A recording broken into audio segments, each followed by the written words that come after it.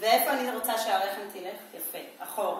אז עכשיו, עקבים אל הקיר, יריחיים למטה, ותדחפי חזק, כי את עכשיו יוצרת מפסיביות לאקטיביות, עוצמה. מרגישה איזה כיף לך בגב עכשיו? יריחיים, זנב. בסדר? זה פעולה ראשונה. פעולה שנייה, תחבקי ברך ימין. אז אנחנו מחבקות, וגם פה. אני לא רוצה תנועתיות. אולי כן, רק בשביל הכיף כזה, לשחרר לה את המפרק, ושיהיה זרימה של דם, וכל אחת אתם באות משיטות שונות. לעשות פה שלל וריאציות כיפיות ונעימות.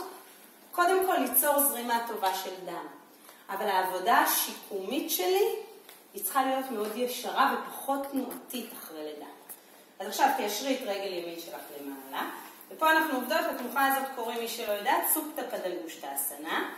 תהדקי אותה למעלה, ואני בכוונה עושה ליד ארמלו. טוב, זה פחות...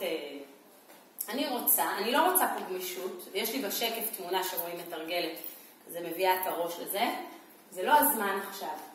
אני רוצה, בשבילך זה מאוד משמעותי התנוחה הזאת, אני רוצה רגל 90 מעלות.